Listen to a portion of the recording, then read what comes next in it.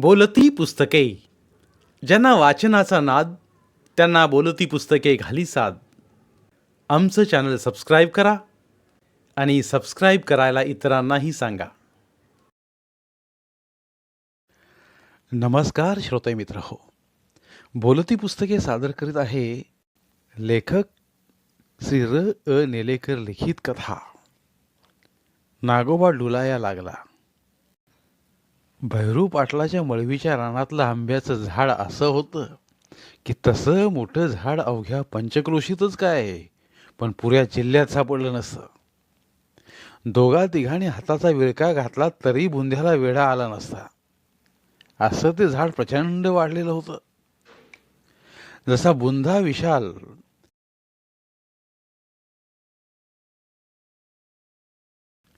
तसाच त्याचा पाना फांद्यांचाही विस्तार दांडगा. 8-10 गुंठ्यात त्याचा फापट पसारा पसरलेला. आंब्याचं झाड तोडून भरायचं म्हटलं तरी 10-15 ट्रक लागले असते.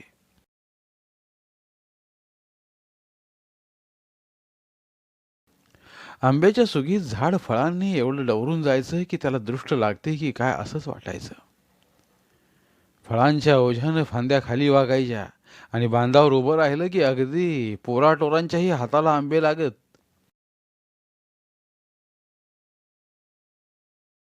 मळवीतला आंबा पाटलांच्या आजोबांनी लावला की पंजोबांनी हे खुद्द भैरू पाटलांनाही ठाऊक नव्हतं. मात्र अनेक पिढ्यांनी त्याच्या अमृतमयी मधुर फळांचा आस्वाद घेतलेला होता. कैऱ्याची लोणची गाडग्या मुडक्यात भरून सगळ्या गाववाल्यांनी चटक मटक करीत चाकली होती. पै पाहुण्यांना दूरच्या गावी पाठवली होती. अलीकडच्या काही वर्षात त्याला फळं धरत नव्हती. अनेक पिढ्यांची सेवा करून बाळगोपाळांपासून वृद्धांपर्यंत अनेकांचा दुवा घेऊन कृतकृत्य होऊन तो निवृत्त झाला होता, वटला होता. 3-4 वर्षांपासून वसंत ऋतूत पाणझड होऊन नवीन पालवीनं सारी सृष्टी नटली. पण मळवीतला आंबा त्यानंतर कधी फुलला नाही, बहरला नाही. मळवीच्या रानात ती एक मोठी अडगळ होऊन राहिली होती. तो तोडून टाकावा अशा बऱ्याच सूचना आल्यावर पाटलांचं त्याकडं लक्ष वेधलं गेलं. दुपारची वेळ. पाटील नेहमीप्रमाणे आपल्या बैठकीत बसले होते. नियमानं बैठकीला हजर असणाऱ्यांची उपस्थिती होती. पानाचा डबा उघडा होता.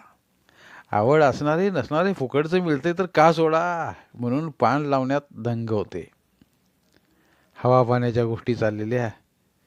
एवढ्यात नामा परीट केवळ अंडरपॅन्टवर उघडा बंब पाटील पाटील अशा हाका घालतच आला आणि पाटलांच्या पायावर आडवा पडून धापा टाकू लागला. अरे नाम्या, एवढा जीव खाऊन पळत आलास, वाघ मागे लागलाय काय रे? काय बायको कौशल्या? वाघ मागे लागला नाही आणि बायको बी लागली नाही. पण पण पण काय? अडकीतच सुतारी कात्रीत पाटलाने विचारलं. मळवीतला आंबा तो मागे लागलाय तुझ्या? नाही हो पाटील. अजून त्याचा श्वास फुललेलाच होता.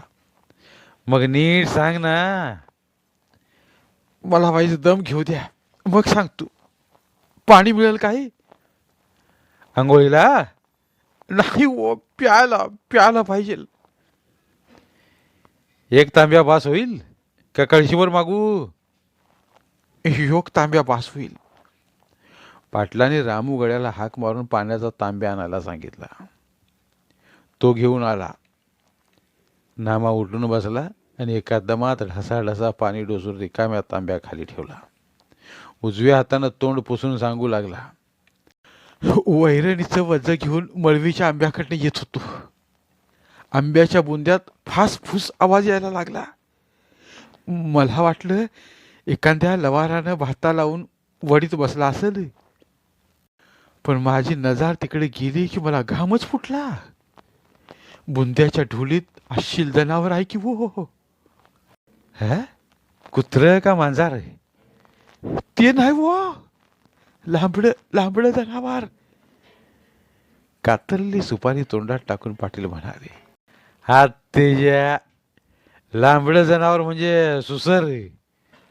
नाही हो पाटील, हो असशील नागराज हाय नागराज ढोलीत. सांगतोस काय ना म्या, मलबाराच्या हॉटेलातला तर पोऱ्या तो नागराज आहे. किडकी शेंग दाताखाली चावली गेल्यागत नाम्यानं तोंड विचकल्यागत केलं आणि तो पुढं म्हणाला, अव त्यो नाग्या नव, खरोखरच नागोबा.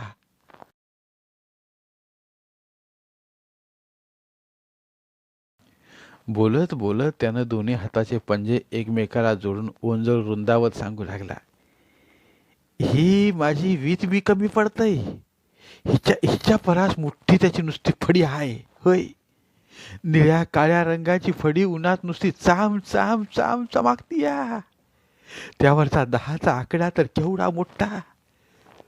पाटील, तुमच्या तुमच्या मांडीवाणी जाडच्या जाड जनावर आहे ते. कसलं जनावर म्हणायचं ओये. मानवर क्यास आहेत क्यास.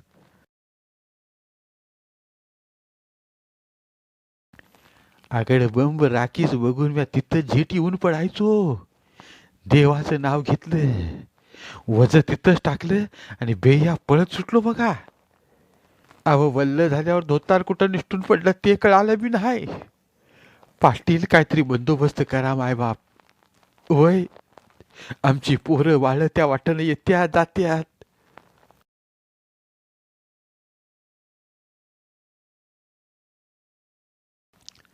आणि त्या दिवसापासून रोज कुणाला ना कुणाला तरी मळवीच्या रानातल्या आंब्याच्या झाडापाशी भल्या मोठ्या नागराजाचं दर्शन होऊ लागलं.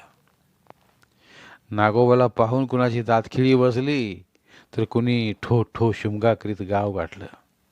कुणी त्याच्या डोळ्यातील अंगार बघून तिथंच गार पडलं. हा हा म्हणता साऱ्या गावभर नि पंचक्रोशीतल्या वाड्या वस्त्यावर देखील मळवीच्या आंब्यावरच्या नागोबाची कहाणी जाऊन पोचली. रानात जाणाऱ्या येणाऱ्याने मळवीच्या रानाकडची वाट बदलून टाकली. ओढ्यावर धुनी धुवायला जाणाऱ्या बाया बापड्या मळवीचं रान टाळून दूरचा फेरफटका मारून ओढ्याला जाऊ येऊ लागल्या. पाटलांचे सालकरी मजूर मळवीच्या रानात जाईनात. पेरलेल्या रानात भांगलन टिपणीला बायकांना दुप्पट तिप्पट रोजगार दिला तरी येईनात. त्यामुळं मळवीचं रान तणानं माखलं गेलं. पिकांचं अतोनात नुकसान होऊ लागलं. पाटलांच्या कानावर रोज एक बातमी येऊन थडकत होती, त्या नागाचा काहीतरी बंदोबस्त करायलाच हवा होता. त्याने आसपासच्या गाव वाड्या वस्त्यावरून नामचीन साप मारणाऱ्यांना बोलावून घेतलं. त्याने ढोलीतला नागोबा पाहिला, त्याचा फुत्कार ऐकला आणि मग ते त्याच्या वाऱ्यालाही थांबले नाहीत. पाटलांनी मग दूरच्या गावच्या गारुड्यांना पाचारण केलं. गारुडी पिलेली पुंग्या वाजवीत आंब्याकडे गेलं. पण नागोबानं ढोलीतून फणा बाहेर काढून दाखवताच त्यांच्या पुंग्या वाजायच्या बंद झाल्या. त्यांनी त्यांच्या बाप जन्मी बघितलं नव्हतं असा अकराळ विक्राळ जनावर बघून पुंग्या तिथंच टाकून त्यांनी पलायन केलं. सर्व प्रयत्न निष्फळ ठरल्यावर भैरू पाटलांनी आपत्कालीन सभा बोलवली. बैठकीला नेहमीच्या हजेरीपटातील लोक होतेच.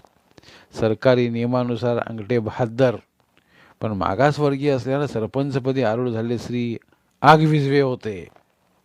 प्रगतशील शेतकरी महादांना दगडूदादा होते. अंधश्रद्धा निर्मूलन कार्यकर्ते नानाबुवा होते. तसेच रिटायर्ड मेजर सावंत होते. तात्या मास्तर, तानाजी पैलवान, पिटले बुवा, श्रीयुत आगलावे हे सारे हजर होते. सर्वजण गरम गरम चहा पोहे पोटात रिचवून गादीवर लोडाला अंमळ टेकून सुस्तावून बैठकीत कुठला विषय चर्चेला निघतोय याचा अंदाज घेऊ लागले. पाटील, एवढं आमान धपक्या सभा बोलावली या, तेव्हा कारण बी जंक्शन असेल. महादानानं सुरुवात केली.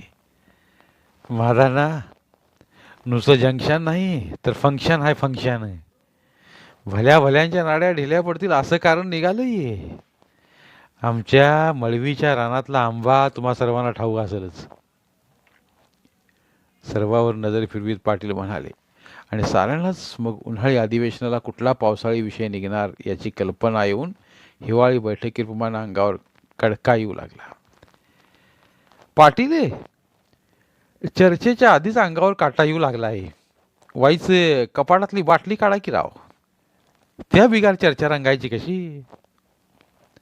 तात्या मास्तराने हा मुद्दा काढता साऱ्यानेच तो मुद्दा बिनतोड असल्याचं आवर्जून सांगितलं. पाटलांना मग उठावंच लागलं. भिंतीतल्या कपाडाला चावी लावून ते उघडलं. मेजर सावंत तत्परतेने पाटलांच्या मदतीला उठून आले. मिलिटरी कॅन्टीनमधून मिळणारा सावंतांचा स्टॉक ह्याच कपाडात येऊन पडायचा. सणासुदीला आणि ठराविक वेळेला याची मोलाची मदत असे. 2 बाटल्या पाटलांनी बाहेर काढल्या. मेजरनी ग्लास आणि काजू भाजक्या शेंगदाण्यांची बरणी बाहेर काढली. खमंग तळल्या जाणाऱ्या टमाटम फुगलेल्या भज्यांच्या वासानं तोंडाला पाणी सुटावं तशा पाटलांच्या हातातील उंजी मद्याच्या पाटल्या पाहून प्रत्येकाच्या तोंडातून लाळ टपकू लागली. प्रत्येकाच्या टाळक्यात टॉनिक पोचल्यावर सारेच बैठकीच्या खोलीत अधांतरी तरंगू लागले. पाटील सांगू लागले,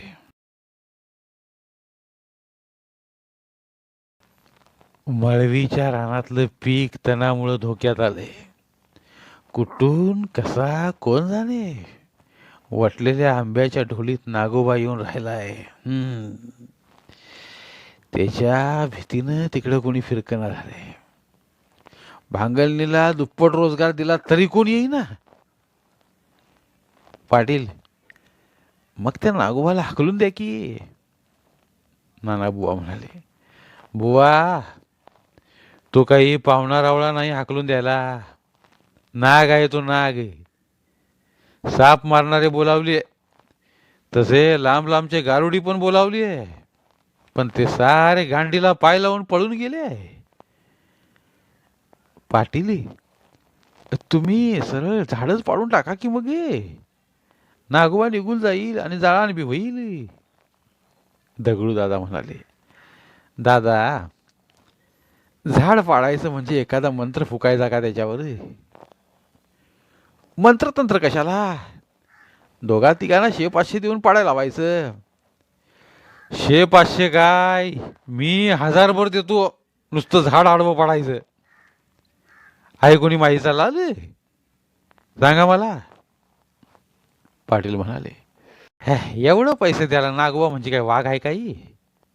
सरपंचाने विचारलं, सरपंच तुम्ही पोथी पुराणात देखील असलं जनावर वाचलं नसल. काय त्याची फडी, त्याचं ते काळं काळं डोकं, त्यानं डसायचं लांबच, त्यानं नुसता फुटका टाकला तरी झेंडू फुटतोय माणसाला. पाणी सुधीक मागू द्यायचं नाही.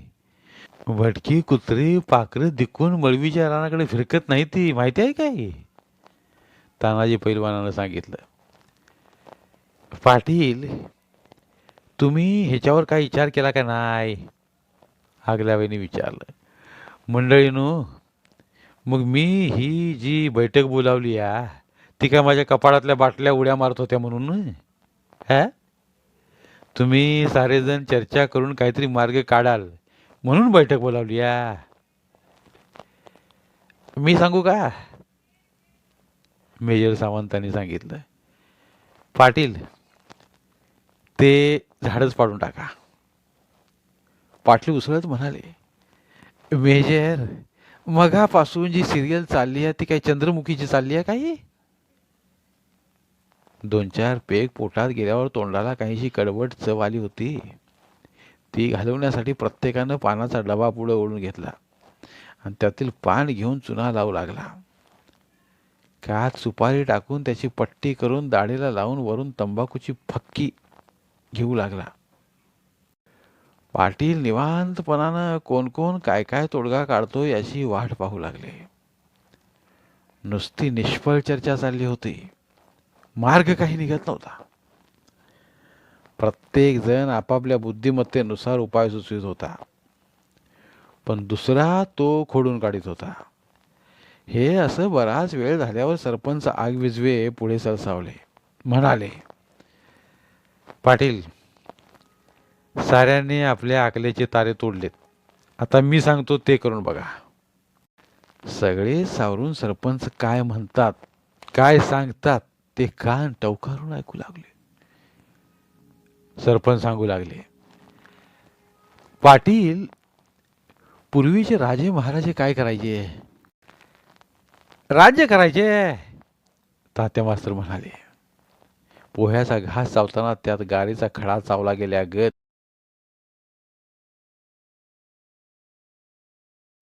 सरपंचाचा चेहरा कसानुसा झाला.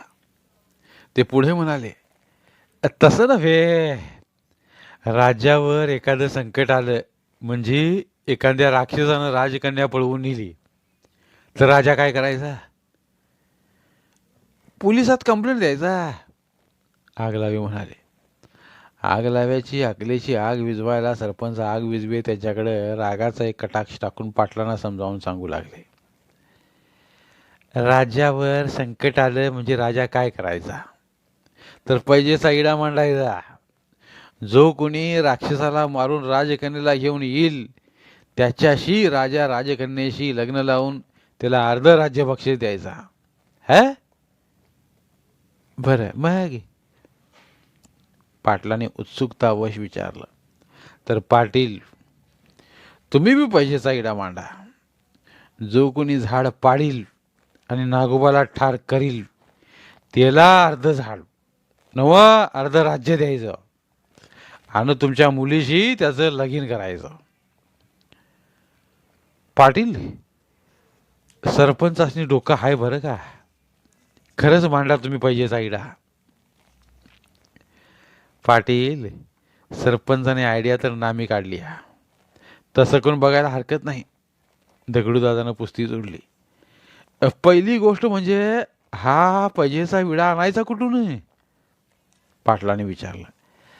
आपल्या त्या धना पानपट्टीवाल्याला सांगू की एकच काय पण 50 पानांचा इडा पाठवून देईल की. पिटले बुवा म्हणाले. पण सरपंच तर म्हणाले पैजेचा विडा आणि तुम्ही म्हणताय पानाचा विडा, हे हे कसं काय? पाटलाने विचारलं.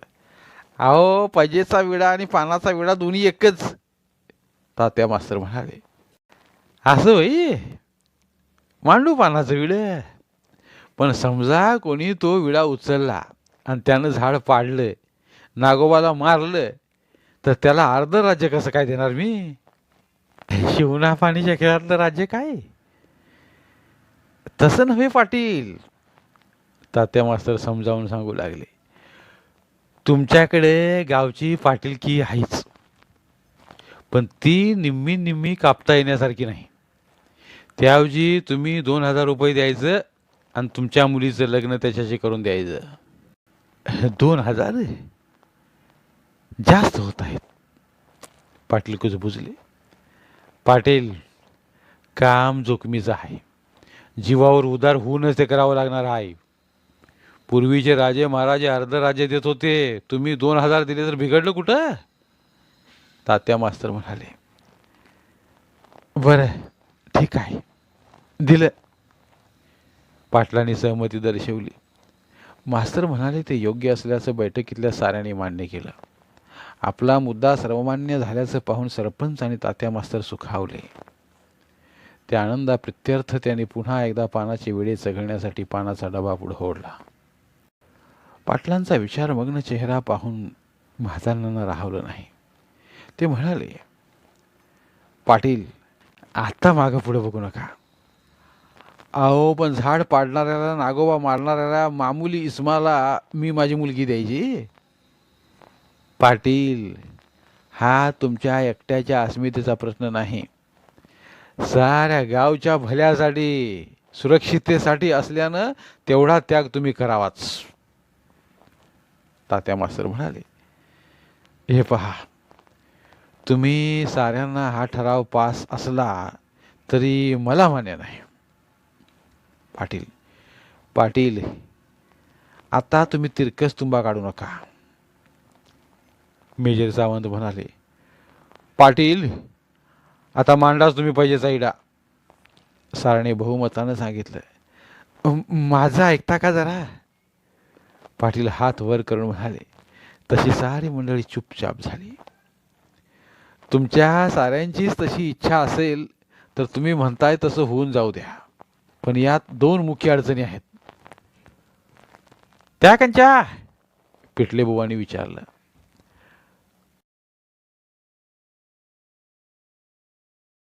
पहिली अडचण म्हणजे समजा झाड पाडणाऱ्याचं पहिलं लग्न झालं असेल तर काय करायचं. दुसरी महत्वाची आणि मूलभूत अडचण अशी आहे की आम्हाला मुलगीच नाही. एकुलता एक बंड्या आहे, तो पण वेडसर. खरंच की साऱ्यांना पाटलांची कौटुंबिक माहिती होती, परंतु काही काळासाठी त्यांच्या डोकीतले मेंदू निष्क्रिय झालेले होते. त्यामुळं तो सारा ठराव मग भारत पाकिस्तान चर्चेप्रमाणे धुवाधार पावसातल्या ढेकळासारखा विरघळून गेला. पुन्हा चर्चा मूळ ठिकाणावर येऊन थांबली. दगडूदादांनी आपला बटवा काढला. त्यातील तंबाखू तळहातावर घेऊन त्यातील काड्या काड्या शोधून काढून खाली टाकल्या. डबीतला चुना नखानं नकलून काढून तंबाखूस लावून बोटानं घासून त्याचं रासायनिक मिश्रण तयार केलं आणि त्याची चिमूट तोंडात टाकली. महादानानं ही 4थी पानाची पट्टी दाढेला लावून वरून तंबाखूची भुकटी सोडली. तोंडातल्या तोंडात मुखरच घोळवत ते म्हणाले, पाटील, पैजेचं हिरवी राहू द्या आणि लगीन बी रावायचं राहू द्या. तुम्ही आपल्या तुक्याला आणि बाळकू आम्हाला झाड पाडायचं द्या कंत्राट.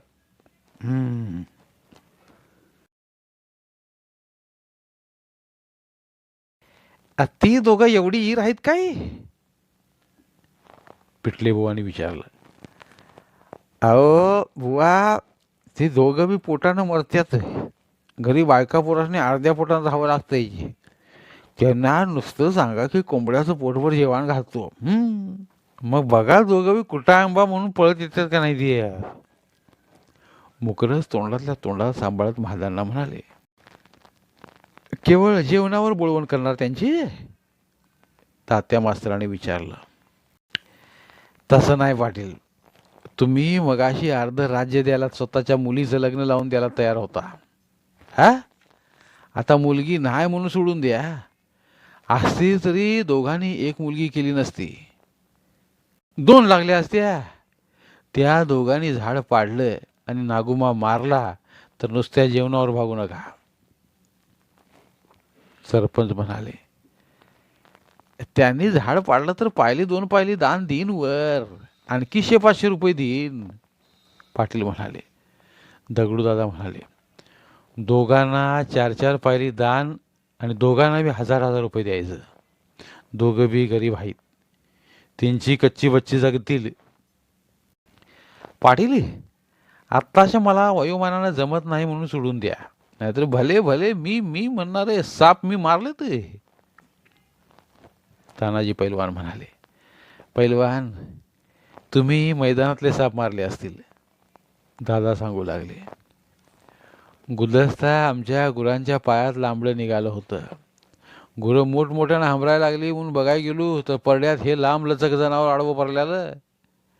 माझी कानकून लागतात सळासळा करत कोपऱ्यातल्या उतरंडीत शिरलं. मी धावलो, उतरंडीचा एक मोठा धोंडा उचलून घातला.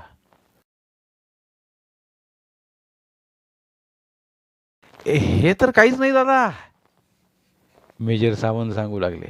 आम्ही फौजेत असतानाची गोष्ट. राजस्थानात आमचा कॅम्प होता. तिकडे वाळवंटात खबळे बारके बारके साप खूप, फारच विषारी जात. ठोकल्या तंबूच्या भोवतीनं आम्ही खोल नाली काढायचो. रात्री अपरात्री साप बीप तंबूत शिरू नये म्हणून. एका रात्री अंतरुणात काय वळवळते म्हणून जागा झालो. उशाच्या दिव्याची वात मोठी केली आणि चादर लपेटून बघतोय तर 1 नव्ह 2 नव्ह चांगलं 15-20 साप माझ्या अंतरुणात. मग ह्या पट्ट्यानं काय केलं असेल, ह्या पॅन्ट आणि अंतरुण ओलं केलं असेल. पिटले बुवा म्हणाले, छाट, सरळ सगळे साप दोडकं गोळा गेल्या गळ्यात गोळा गेलं आणि चादरीत भरून त्यांचं गाठोळं पाठीवर टाकलं आणि वाळवंडात लांब नेऊन सोडून आलो.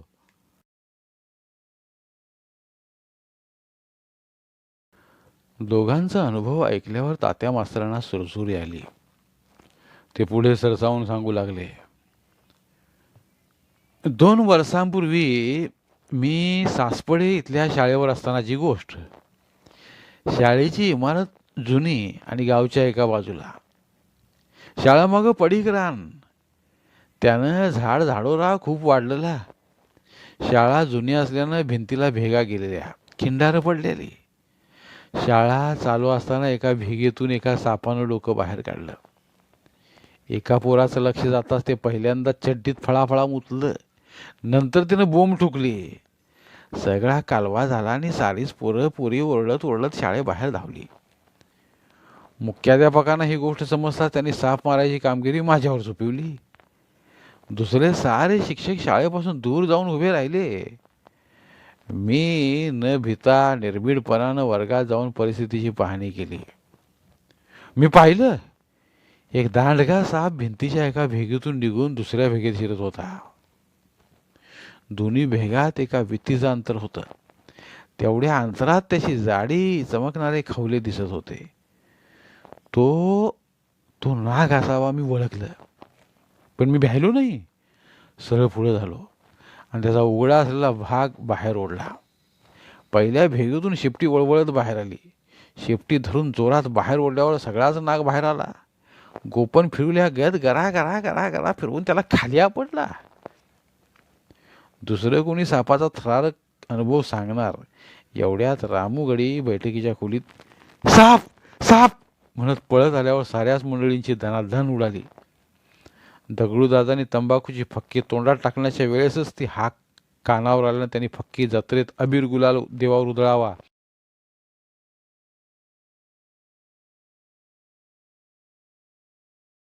आणि गडबडनं उठून ते पळण्याच्या तयारीला लागले. जवळ नानाबुवा, मेजर आणि आगलावे बसले. ते उठत असताना आज तंबाखूचा खकाना त्यांच्या नाकातोंडात जाऊन त्यांना ठसकाच लागला. त्या संकटापेक्षा जीव वाचवणं अधिक महत्त्वाचं असल्यानं आंधळ्यासारखे तिघेही एकाच वेळेस दाराकडे धावले. पण तिघांचीही दिशा चुकली. मेजर बाहेर जाण्याच्या दाराऐवजी माझघराकडे जाणाऱ्या दरवाजाकडे धावले. वाटेत लोडाला टेकून बसले भैरू पाटील उठायची गडबड करत असताना त्यांना ठेचकावून तिघे आडवे झाले. चौघेही विवळू लागले. इकडे नानाबुवांनी भलतीकडेच पळत जाऊन पिटले बुवांना तुडवून त्यांचं पिटलं केलं. पिटले बुवांचं शरीर ठेचून निघालं आणि ते राम नाम सत्य है च्या घोषणा देऊ लागले. महादांना आणि तानाजी पैलवान दोघांनी पान तंबाखूचा तोबरा भरून त्याचा रंगीबेरंगी लाळयुक्त आयुर्वेदिक मुखरस ओटांच्या धरणाआड गच्च आवळून ठेवलेला होता. साप साप अशी रामूची आकाशवाणी होता दोघांच्याही ओटांची धरणं फुटली. अनुक्रमे महादांना आणि सरपंचावर आणि तानाजी पैलवानं तात्या मास्तरांच्या तोंडावर मुखरसाचा तुफानी वर्षाव गेला. सरपंच उठता उठता म्हणाले देखील, साप आला का पाऊस आला रे? सापच आला असणार. तात्या मास्तर ठासून म्हणाले, सरपंच हा पाऊस नाही. पावसाला असा पान तंबाखूचा वास नसतोय आणि त्याला रंग पण नसतोय. तात्या मास्तर पहिला साप कुठं आहे ते बघा, मागणं पावसा पाण्याच्या गोष्टी करा. दगडू दादा धावता धावता म्हणाले. धावपळीत एकमेकांना धडकून पडू लागले. पिटले बुवांच्या अजूनही राम नाम सत्य हेच्या घोषणा चालूच होत्या. शरीर बुकलून निघालेलं पाटील उठले.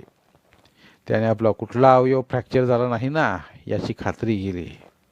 गादीवर लोड तक्क्यांच्या मागं डेस्क खाली पाहिले. डेस्कचं झाकण उघडून आत पाहिलं. भिंतीकडेच्या कपाटाखाली पाहिलं. शेवटी आपल्या नेहरू शर्टाचे दोन्ही खिसे चाचपून खात्री केली. मेजर सावंत तोंडावर पडल्यानं त्यांचं नाक कपाळ चांगलं सळकून निघालं. ते विवळत उठले आणि आपली आणखी कुठली नटबोल्ट ढिली झालीत का याची पाहणी करू लागले. रामू कोपऱ्यात जाऊन तिथला कांबिरा घेऊन परत निघाला. तेव्हा पाटील म्हणाले, कुठं आहे रे गाढवा साहेब? पाटील हित नाही तो, शिवाजी सुताराच्या परड्यात निघालाय. तेव्हा तो कांबिरा मागा आलाय. मग गाढवाच्या पिल्लावानी साप साप म्हणत का ओरडत आलास? पाटील खेकसलेच. मोठ्या प्रयासानं हसू दाबीत रामू गपगुमान पडून गेला. एवढा खुलासा झाल्यावर कुठं त्या सैरावैरा धावणाऱ्या लोकांच्या जीवात जीव आला. पाटलांनी सर्वांना समजावून सांगितलं, मंडळी आचारसंहिता संपलेली आहे. धोका टळलेला आहे. आता सर्वांनी आपापल्या जागी आसनस्थ व्हावं. दगडू दादा बाहेरल्या ओसरीत थांबलेले होते. त्यांनी बैठकीच्या खोलीत पाहिलं. साप नसल्याची खात्री झाल्यावर आत आले. सर्वजण धावपळीची शर्यत आटोपून विवळत आपापल्या जागी दुखरे अवयव कुरबळीत बसले. राम नाम सत्य है. पिटले बुवांच्या घोषणा पडलेल्या अवस्थेत चालूच होत्या. पाटलांनी दादांना सांगितलं, दादा ते बुवा आपल्यातच आहेत का वर गेलेत बघा.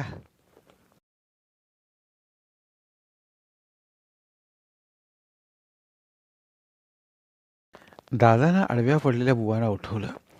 बुवा कुठे लागलंय का. बुवा उठले आणि आसपास निहाळत म्हणाले, मी स्वर्गात आहे का. इथं इंद्रसभा भरलेली दिसते जणू. नाही, अजून धर्तीवर जायचा. अजून कुठं पुरती फेड दिली तुम्ही. सध्या नरकाच्या दारावर हाऊसफुलचा बोर्ड टांगला आहे. तिथं जागा झाली की तुम्हाला बोलावणं येईल. दादा म्हणाले. साप इथं नसल्याची खात्री झाल्यावर एक एक जण आपल्या अपूर्ण राहिल्या कार्याकडे वळले. सरपंचानं महादानाची गच्चांडी धरली आणि तात्या मास्तरांनी पैलवानाची. रंगपंचमी नसताना आम्हाला का रंगवलं असा त्यांचा आरोप होता. माझ्या अंगावर का थुकलास. मी थुकलो नाही. तोंडात पिचकारी उडाली. त्याला मी काय करू.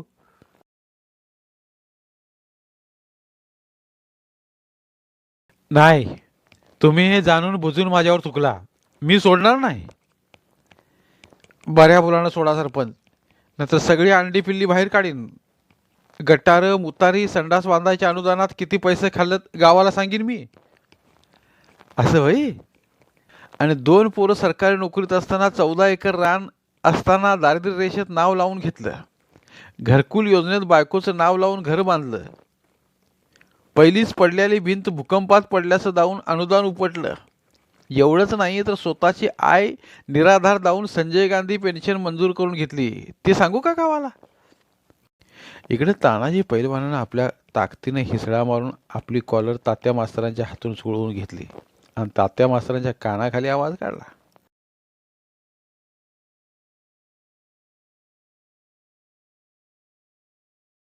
मास्तरड्या, कुणाला हात लावतोस. डोळ्यांपुढे चमकणाऱ्या चांदण्या मोजीत मास्तर म्हणाले, मला मारलंस तू. थांब, आता तुझ्या भानगडी चव्हाट्यावर आणतोच बघ. त्या हिरा माळणीचं पोट फुगवलं कुणी. नारबाची लेक सासरी नांदायचं सोडून सतत माहेरला का पळते. जत्रेतल्या कुस्त्या निकाली होऊ नयेत म्हणून कसे पैसे खातोस. मास्तर, तू तरी कुठं धुतल्या तांदळामणी सोच आहे. लव्हाराच्या शेवंतानं 7वीत असताना गळपास लावून का घेतला.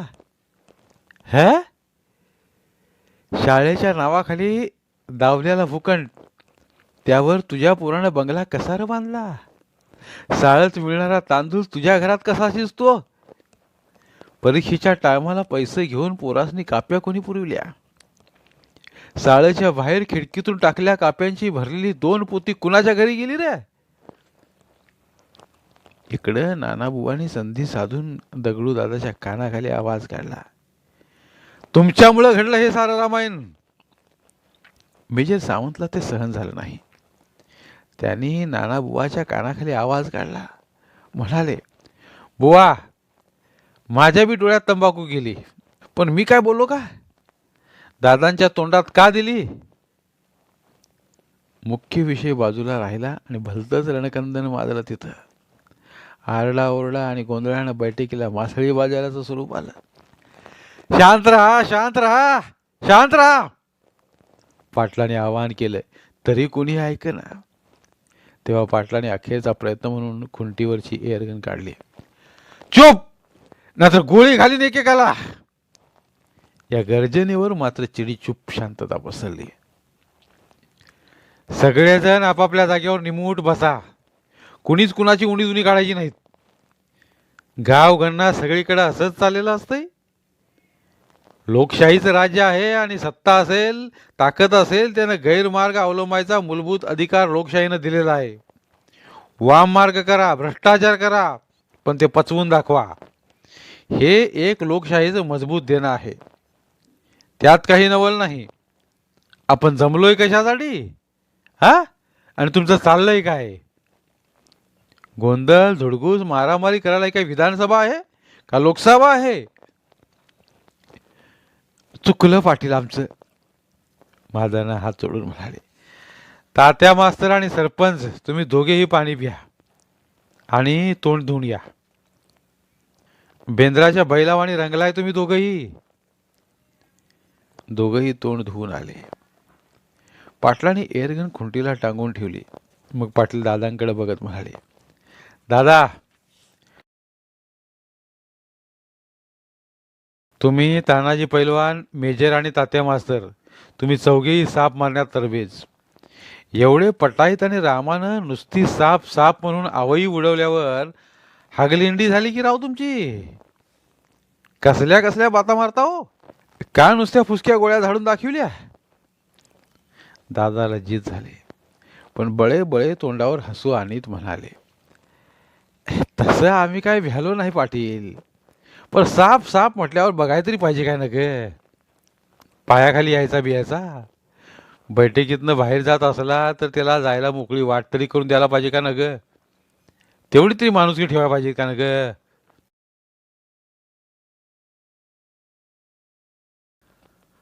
पांढरा भाऊच्या सुवर्णानं आता तारुण्यात पदार्पण केलं होतं. सुवर्णा आता नावाप्रमाणेच लखलखू लागली होती. सुंदर सुंदर तरुणींचे कथा कादंबऱ्यांतून लेखकांनी जे वर्णन रंगविलेलं असतंय ते कदाचित सुवर्णाला पाहूनच रंगवलेलं असावं असं वाटायचं.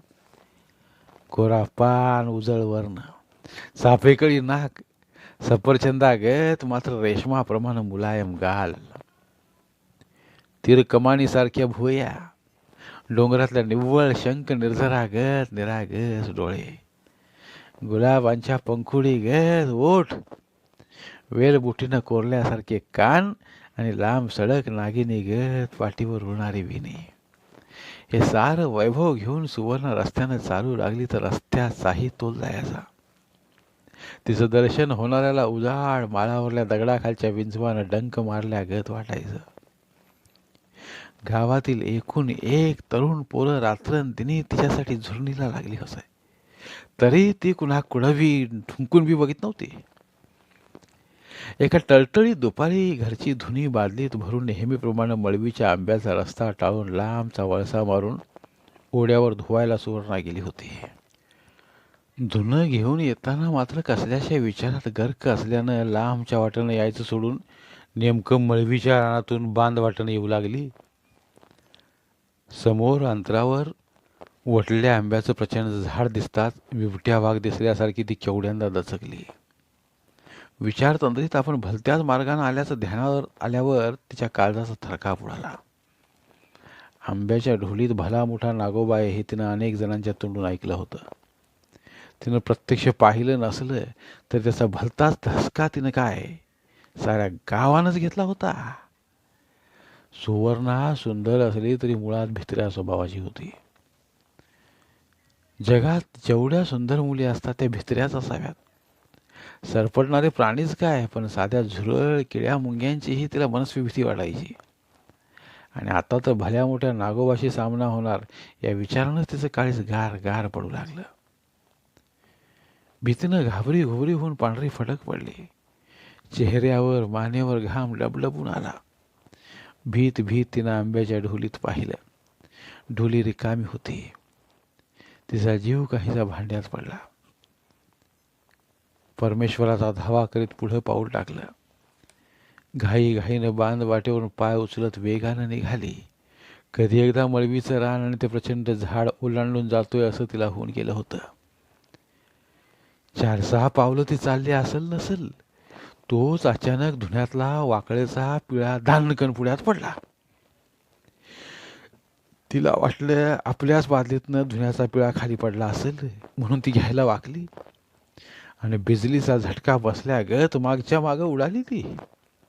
तो धुण्याचा पिळा नव्हता. गावात प्रचंड दहशत माजवला अस्सल नागोबा होता तो. डोक्यावरच्या उंच फांदीवरून नागोबा नेमक्या तिच्याच पुढ्यात उडी घेऊन भली मोठी फडी विस्फारून डोलू लागला. सुवर्णाची दात खिळत बसली. धुण्याची बादली आणि विस्कटलेलं धुणं कुठं गेलं त्याचा पत्ताच नव्हता तिला. तिला प्रथम आपला जीव वाचवायचा होता. समोर प्रचंड नागराज बघून तिची दात खिळीत बसली. तो जोरजोरानं ओरडू लागली, पण तिच्या तोंडून आवाज सुद्धा बाहेर पडना.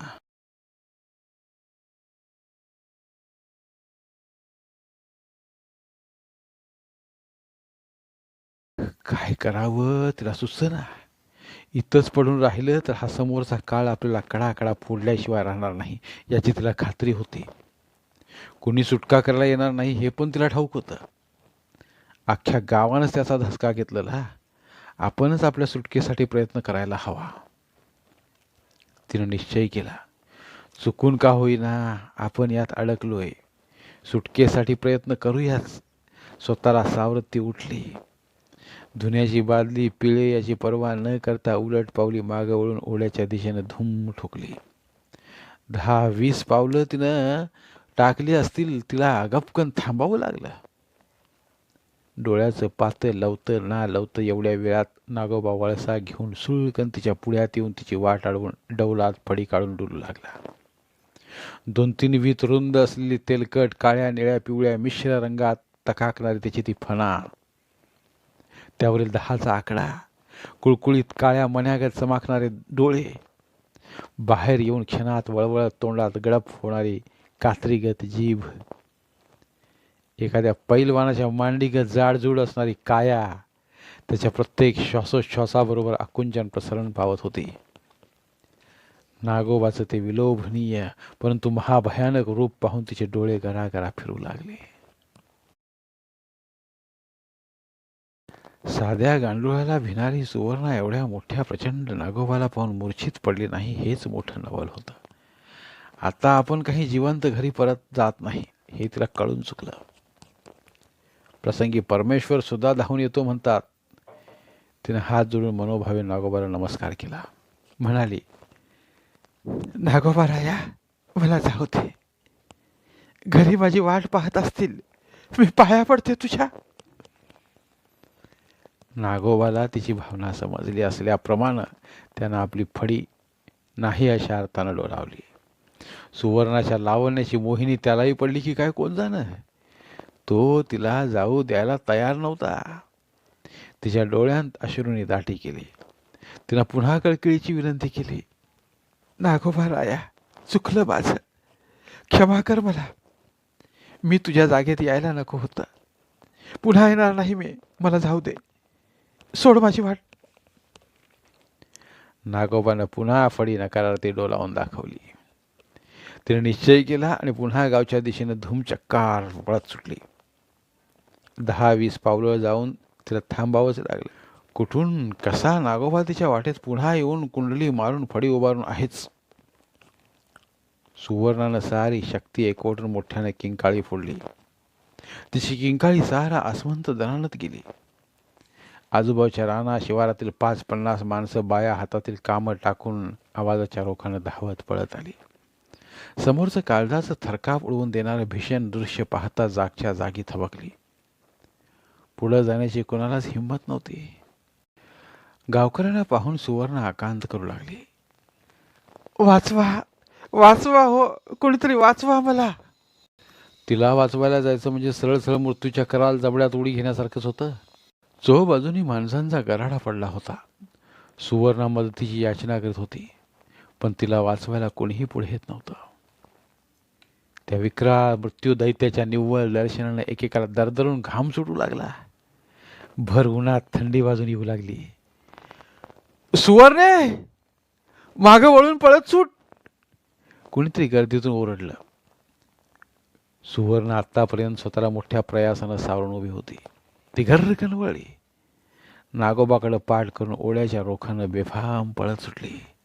नागोबानं क्षणात आपली कुंडली सोडली आणि वेगानं सळसळत जाऊन तिची वाट अडवून धरली. भीतीनं आणि धावून धावून ती धपापत होती. घामानं उभीच्या उभी निचळत होती. मदतीला कोणी येतंय का म्हणून तिनं नजर फिरून पाहिलं, पण कोणीच तयार नव्हतं. या घटनेची खबर एव्हाना गावात जाऊन पोचली होती. सारा गाव मळवीच्या रानाभोवती डोंबाऱ्याचा खेळ पाहायला आल्यागत रिंगण धरून उभा होता. वाचवा, कोणीतरी वाचवा मला, तिचा आकांत काळजाला जाऊन भिडत होता. पण कुणी मायेचा लाल तिच्या मदतीला येत नव्हता. नागोबा उलटून आपल्याकडे सळसळत आलास तर मागच्या मागे धुमचकार पळता येईल अशा सुरक्षित अंतरावर उभं राहून प्रत्येकजण तो थरार पाहत होता. सुवर्णाची चाललेली झुंज अगदी मिटक्या मारत पाहत होता.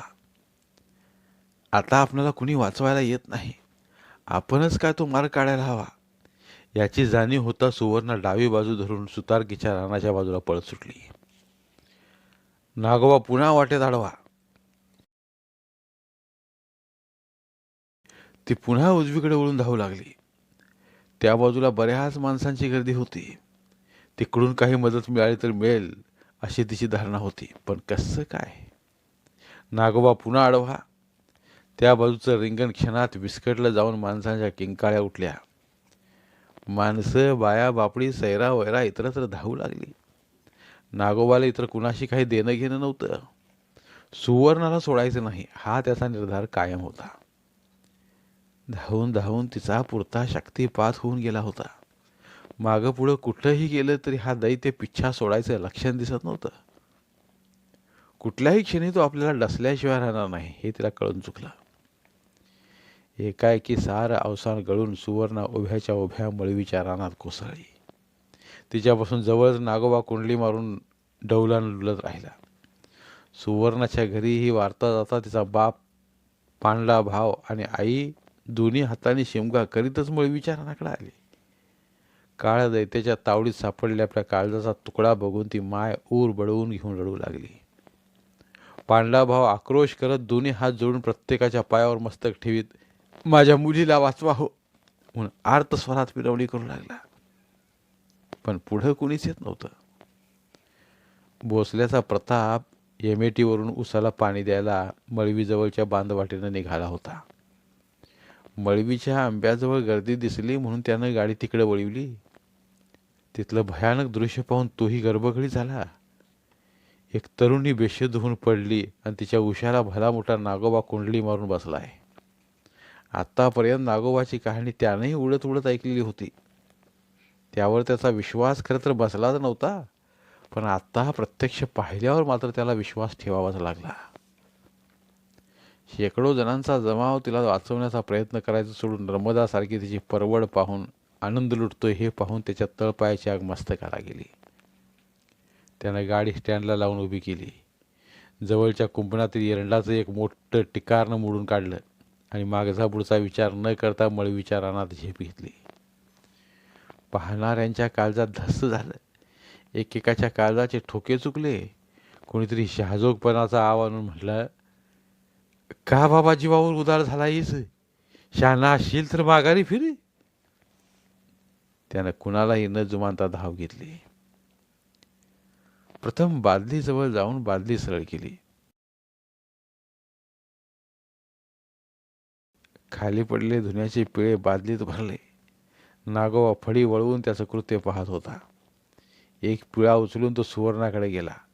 तो पिळा तिच्या चेहऱ्यावर धरून पिळला. त्यातील पाणी सुवर्णाच्या तोंडावर पडलं आणि हडबडून ती उठून बसली.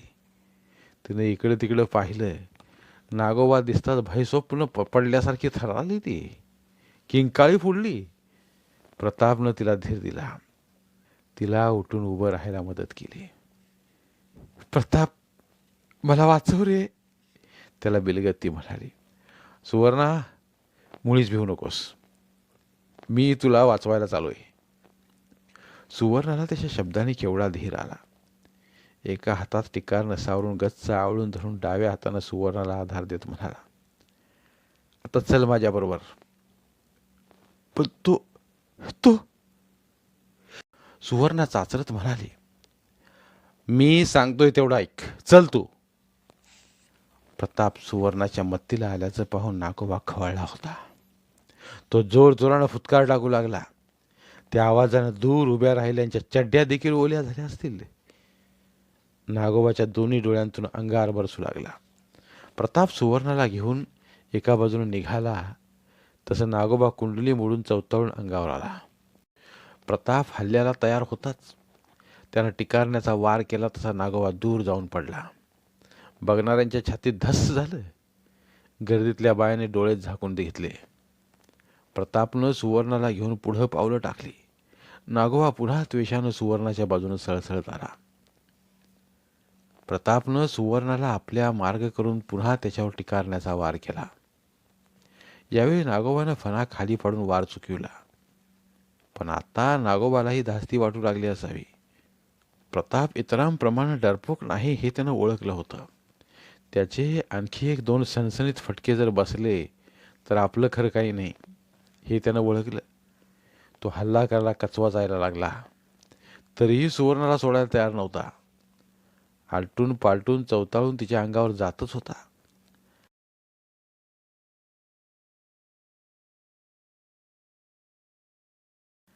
हातातल्या टिकारण्याचा धाक दाखवत प्रताप तिला आपल्या मागं मागं ढकलत धुण्याच्या बादलीपर्यंत घेऊन आला. सुवर्णा, पटकन बादली उचलून घे. तिनं बादली उचलून घेतली. नागोबा प्रतापला वळसा घालून सुवर्णाच्या अंगावर झेप घेऊन गेला. प्रतापने चपळाईनं दोघांच्या मध्ये भिंतीसारखा उभा राहून टिकारण्याचा वार त्याच्यावर केला. नागोबानं तो वार लिलिया चुकविला आणि प्रतापवर झेप घेतली. दोघेही खाली पडले. प्रतापच्या हातातील टिकारनं निष्ठून दूर जाऊन पडलं. नागोबाही एका बाजूला पडलेला. तेवढी संधी साधून प्रताप किंचाळला, सुवर्णा, तू पळ, मी बघतो याला. सुवर्णा धुण्याची बादली घेऊन पळत पळत दुरून तमाशा बघणाऱ्यांच्या गर्दीत जाऊन मिसळली. तिच्या आईबाबांनी तिला मिठीच मारली. इकडे प्रताप आणि नागोबा दोघेही झुंजत होते. नागोबा प्रतापच्या शरीरावर केवळ एक डंक मारायचा प्रयत्न करत होता. तेवढ्यानं त्याचा विजय झाला असता, पण प्रताप त्याला ती संधीच मिळू देत नव्हता. तो आता निशस्त्र होता. आत्तापर्यंत नागोबाला चकवलं, पण आणखी अधिक काळ चकवू शकला नसता हे प्रतापनं पुरेपूर जाणून होता. त्यानं नागोबाला कसं तरी थोपवत अंगातला शर्ट ओढून फाडून काढून हाताला गुंडाळून त्यावर नागोबाचा वार झेलून त्याला उलट ढकलू लागला. संधी साधून नागोबानं प्रतापच्या हातावर डंख मारला. मात्र वरून शर्टाची गुंडाळे असल्यानं तो डंख हातापर्यंत गेलाच नाही. त्याला काही धोका नव्हता. डंख मारल्यावर नागोबा काहीसा सैलसर थकल्यागत वाटू लागला. सुवर्णा सुखरूप परत माणसात गेल्याचं पाहून प्रताप सावधानतेनं एक एक पाऊल मागं मागं टाकीत मळवीच्या रानातून बाहेर जायचा प्रयत्न करू लागला. नागोबा पुन्हा पुन्हा चवताळून अंगावर येतच होता. पहिल्यागत द्वेष राहिला नसला तरी चवताळून यायचं सोडत नव्हता. त्याला तसंच झुलवत झुलवत प्रतापनं मळवीचं रान ओलांडलं. आपली हद्द संपल्याचं बघून नागोबा पुन्हा ढोलीकडे सळसळत गेला. प्रताप माणसात परतला आणि जमलेल्या गावकऱ्यांनी जल्लोष केला. डोक्यावरचे पागोटे टोप्या आकाशात उंच उडवून आपला आनंद व्यक्त केला. भैरू पाटलांचं बोलावून आलं म्हणता आज बाळकू आबा, तुका भाव दोघांनी वाड्यावर धाव घेतली. पाटील लोडाला टेकून सुपारी कात्रीत निश्चिंत बसले होते. बैठकीला नेहमीची पडीक माणसं जागा अडवून होतीच. दोघांना आल्याचं बघताच पाटील स्वागत करीत म्हणाले, या या लेको, हायसा कुठं तुम्ही रे? दोघांनी कुर्णिसाद केला. म्हणाले, गावातच होतो की. पोरा बाळांच्या पोटासाठी करावं लागतं काय बाय? बरोबर आहे तुमचं. राचं एरीचं, कुणाच्या मळ्यातील मक्याची हुरड्याची कणसं, कुणाच्या शेतातील वांगी, मिरच्या, टोमॅटो, बटाटे, कांदे मालकाला कळू न देता चुपचाप लांबवायची, ही मेहनतीची तुमची कामं ठाव आहेत मला. दोघांनी हात जोडले. गरीबागत दिनवानी मुद्रा केली. तुकाभाऊ म्हणाला, पाटील, आम्ही गरीब माणसं, कामं मिळाली तर करतो, नाही मिळालं तर पोरा बाळांच्या पोटाला काही बिब्ब घालायचं. कंदीमंदी हात साफ करतो, नाही असं नव्ह. बाळकू आबा त्याची री ओढत म्हणाला, पाटील, पिकावर रोग पडला की फळं झडत्यात, पाखरं दाणं खात्यात, उंदरं शेंगा नेऊन बिळं भरून ठेवत्यात. आम्ही गरीबांनी वंजळ 2 वंजळभर नेलं तर बिघाडलं कुठं? आईला बोलायला वकिलाच्या पुढं 2 पावलं हायचा दोघं बी. हा,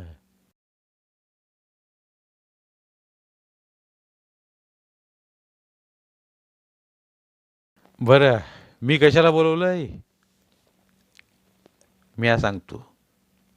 तुकाभाऊ म्हणाला, पाण्याचा रांजण हौद भरायचा असत्याले. गावाला काय आंघोळी घालायच्यात काय रे? मग म्या सांगतो. बाळकू आबा म्हणाला, एहरीचा गाळ काढायचा असेल.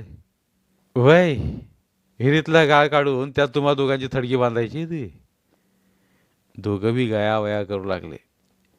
पाटील, आमच्या आत्ता थडगी नका हो बांधू. अजून आमची पोरं बाळ लहान आहेत. नको बांधू ना. मग मी सांगेल ते कराल. आम्ही दोघं एका पायावर तयार होत. दोघंही एका सुरात म्हणाले. दुसरा पाय दोघांनी यल्लमाच्या नावानं घाण ठेवलाय काय? बरं, आम्ही दोघं बी दोन्ही पायावर उभा होतो. बाळकू आबा म्हणाला, आपल्या रानातला आंबा पाडायचा आहे. पाटील म्हणाले,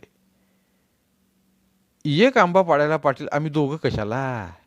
आणि झाडाला एकच आंबा कसा आला? तुका भावानं विचारलं. तुमच्या बापानं या दिवसा झाडाला आंबा चिकटवलं होतं का रे? ह्या, आंबा म्हणजे आंब्याचं झाड पाडायचंय.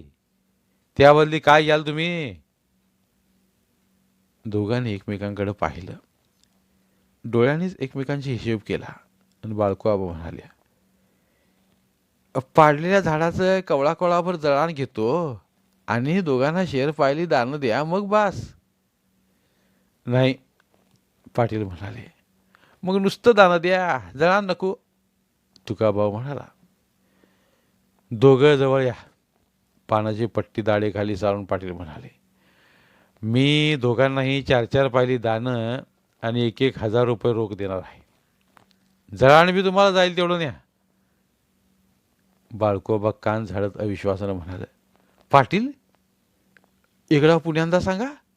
म्या नीट ऐकलंच नाही. पाटलाने त्याच्या कानाचा गडला धरला आणि म्हणाले, तू बरोबर ऐकलंस. अहो पाटील, कान सोडा, नाहीतर गड्ड्यातून उपसून येईल.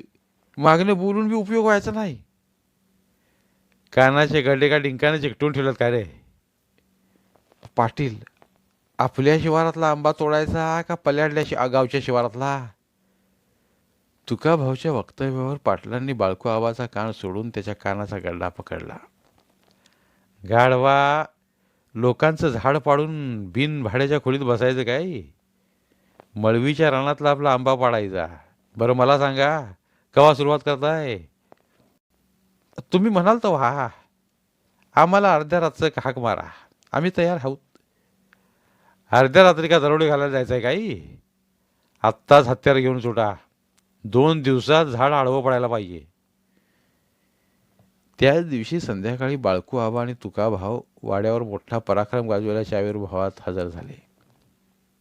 पाटलांना कोरणीसात करून म्हणाले, पाटील, कामगिरी फत्ते केली. शाबास रे माझ्या घबरून. पण एवढ्यात कसं झालं? बाळकू आबा अभिमानाने छाती फुगवून म्हणाला, पाटील, तुम्ही कंच बी काम सांगा की. आम्ही दोघं चुटकीसारखं करून धावतोय का नाही ते बघा. तुम्ही मोठ्या मनाचा हायसा. एवढी जास्ती बिदागी देतायसा तर आम्ही बी तुमचं जास्ती काम केलं. पाटलांना अजूनही विश्वास बसत नव्हता. ते म्हणाले, कुठलं जास्ती काम? तुम्ही 1 झाड पाडायला सांगितलं, आम्ही 4 पाडली. ऐटीत तुकाभाव म्हणाला. पाटील बैठकीवर 2 फूट उडालेच. ते म्हणाले, सुक्काळीच्यानं तिथं एकच झाड होतं. नाही पाटील, 4 होती. 4 बी आंब्याचीच होती. बाळकू आबा म्हणाले, ढोबरांनो, मळवीच्या रानात एकच झाड आहे आंब्याचं, ते पण वटलेलं. मळवीच्या नाही, कळकीच्या रानातली तोडली. तुका भाऊ म्हणाला, हरामखोरांनो, कळकीच्या रानातली हापूस आंब्याची कलमी झाडं तोडली तुम्ही? कच्च राखेल स्टोवच्या बर्नरमधून येताच बर्नरनं भडका घ्यावा तसं पाटील भडाकलं. संतापानं त्यांचा चेहरा वेडा वाकडा झाला. ते रागानं धुमसतच उठलं आणि त्याने खुंटीवरची एअरगन काढून हातात घेतली. थांबा, आता तुम्हा दोघांनाही त्या झाडागात खाली आडवं करतो. एवढं म्हणून ते मागं दोघांकडे वळले. ती दोघं कधी गायब झाली ते पाटलांनाही कळलं नाही. पण दोघे उभे होते तिथली जागा ओली कच्च होऊन वास मारित होता. पाटलांनी आपली होंडा गाडी बाहेर काढली. तिला किक मारून स्वार झाले.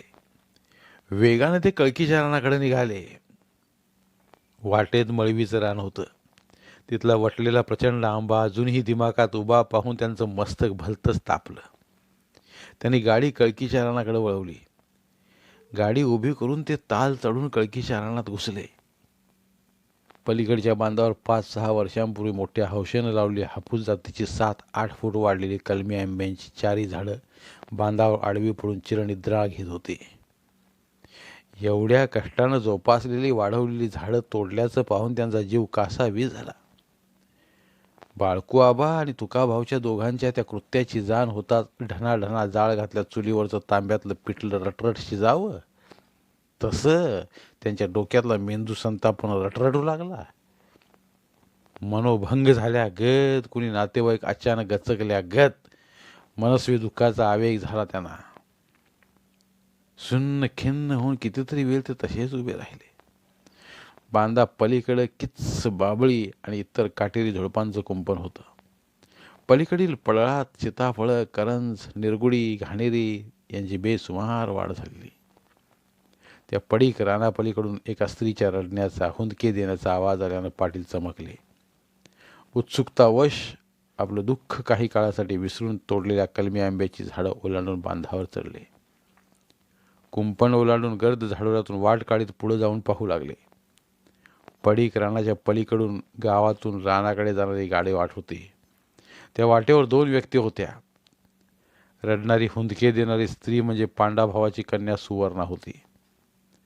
उमदा व्यायामानं कमवलेल्या शरीराचा तरुण पाठमोरा असल्यानं ओळखता येत नव्हतं. तो तिच्या खांद्यावर हात ठेवून तिचं सांत्वन करीत होता. त्याचा हात हातात घेऊन सुवर्णा म्हणाली, प्रताप, लवकर मार्ग काढ. परवा मला बघायला येत आहेत. मी तुझ्याखेरीज कुणालाच वरणार नाही. प्रतापचा नामोल्लेख होताच पाटलांना त्याची ओळख पटली. सुवर्णा, तुला बघायला येत आहेत ही चांगली गोष्ट आहे की. कसं बोलवतो तुला? त्या दिवशी तू नसतास तर काय झालं असतं माझं? आठवलं की अजून अंगावर सरसरून काटा येतो. जणू माझा पुनर्जन्मच झाला आहे. आता माझ्यावर फक्त तुझाच अधिकार आहे.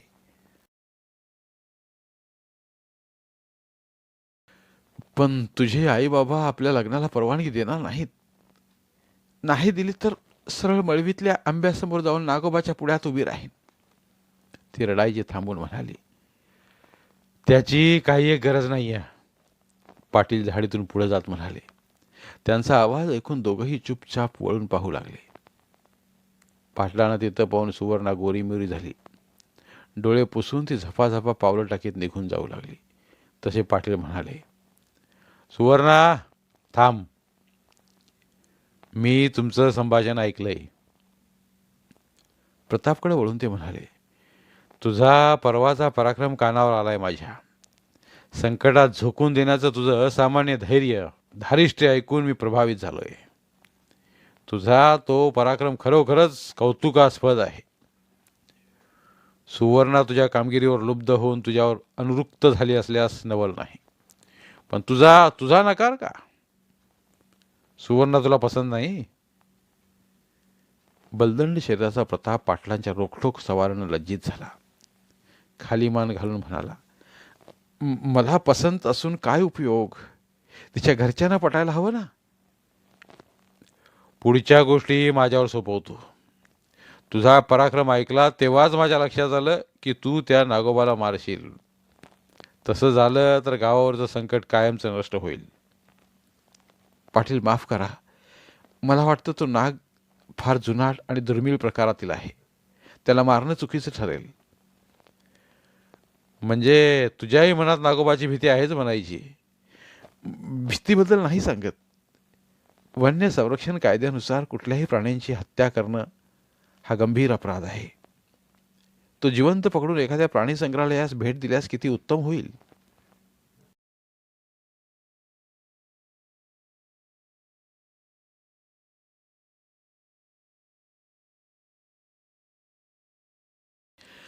नागोबाला बघून भल्या भल्यांची फे फे उडाली. आणि तू तर सांगतोय नागाला जिवंत पकडायचं. कोण दुस्साहस करेल हे? मी पकडीन त्याला, प्रतापनं बाणेदारपणानं उत्तर दिलं.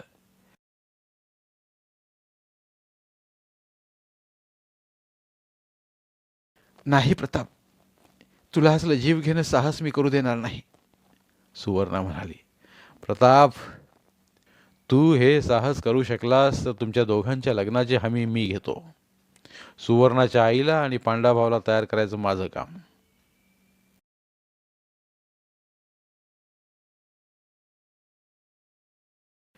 दुसऱ्या दिवशी सकाळची वेळ. प्रतापनं 2 पोती एकात एक घालून खोल तयार करून घेतली. एका जाडजूड दंडुक्याला लांब लचक कासरा गुंडाळून तो मळवीच्या आंब्याकडे निघाला. त्याचा पराक्रम पाहायला सारा गाव लोटला असला तरी बांधावरून मळवीच्या रानात पाय टाकायची कुणाचीही हिंमत नव्हती. सुवर्णा ही खबर मिळताच हातातलं काम टाकून मळवीच्या रानाकडे धावली. प्रताप एका हातात पोत्याची खोळ आणि दुसऱ्या हातात दंडुका घेऊन वटलेल्या आंब्याच्या झाडाकडे आला. नागोबा ढोलीतच होता. चाहूल लागताच तो सावध झाला. प्रतापला पाहताच चवताळून त्याच्या अंगावर झेप घेतली. बघणाऱ्यांचं काळीज लाक्कन हल्लं. सुवर्णानं तर डोळेच मिटून घेतले. प्रतापनं बाजूला उडी घेऊन नागोबाला चुकवलं. नागोबा शेतात जाऊन पडला, पण तितक्याच चपळाईनं उलटून पुन्हा प्रतापकडे आला. प्रताप सावधानतेनं त्याच्याशी मुकाबला करू लागला. नागोबा आता भलताच खवळल्या गयत करू लागला. मोठमोठ्यानं उसळ्या मारून प्रतापच्या शरीराचा चावा घेण्याचा प्रयत्न करू लागला. प्रताप तितक्या सफाईनं त्याचा हल्ला परतावून लावत होता. नागोबा एका क्षणीत दुसऱ्या शिपटीवर सरळ ताडमाड उभा राहिला. त्याचं ते विदारक रूप पाहून प्रतापच्या मनात चलबिचल झाली. नागोबाचं डोळं आग ओकू लागलं. त्याच्या नाकातोंडातून जोरजोरानं फुतकार बाहेर पडू लागले. विखारी कातरल्या गत वाटणारी जीभ वेगानं तोंडातून हात बाहेर फिरू लागली. प्रतापनं खोळ केलेलं पोतं गरा गरा फिरवून नागोबावर वार केला. तसा नागोबा दूर जाऊन पडला. पुन्हा त्याच चपळाईनं तो उठला. प्रतापकडे न येता तो सळसळ झाडाकडे गेला. प्रतापला क्षणभर वाटलं नागोबा हार मानून ढोलीत गेला, पण तसं घडलं नाही. नागोबा सळसळ करीत सरळ झाडाच्या बुंद्यावर चढला. बुंद्यावरून तसाच फांदीवर गेला. प्रतापच्या बरोबर डोक्यावर उडी घेतली.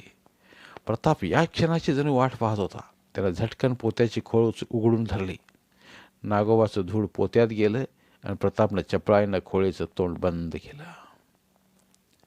दंडुक्याचा कासरा सोडून पोत्याच्या तोंडाला गाठ मारून नागोबाला जेरबंद करून टाकलं. नागोबा पोत्यात अडकून राहिला तरी आतल्या आत जोरजोरानं उसळी मारून फुतकार टाकू लागला. त्याच्या धडपडण्यानं ते गठळ जमिनीवर जोरजोरानं उड्या घेऊ लागलं. पाटलांनी खबर दिल्याप्रमाणे वन्य प्राणी संवर्धन विभागाची गाडी नागोबाला न्यायला आलीच होती. एका स्ट्रेचरवर नागोबाचं गठळ टाकून दोघा चौघांनी ते गाडीत नेऊन टाकलं. नंतर ती गाडी निघून गेली. साऱ्या गावानं सुटकेचा निश्वास टाकला.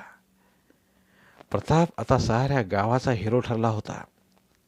साऱ्या गावानं गुलालानं माखून हार तुरे घालून सत्कार करून गाडीतून लग्नाआधीच त्याची साऱ्या गावातून मोठ्या धूमधडाक्यात मिरवणूक काढली. ती मिरवणूक साऱ्या गावाच्या औत्सुक्याचा विषय बनला. मिरवणुकीत गावातील झाडून सारे गावकरी, बापय, बाया, पुरी बाळी हजर होते. सुवर्णा आणि तिचे आई बाबा पण हजर होते. पाटलाने दिलेला शब्द पाळला. मिरवणुकीनंतर 4च दिवसात सुवर्ण आणि प्रतापचं लग्न तेवढ्याच धडाक्यात वाजलं. धन्यवाद. पुन्हा भेटूया एका नवीन कथेसह.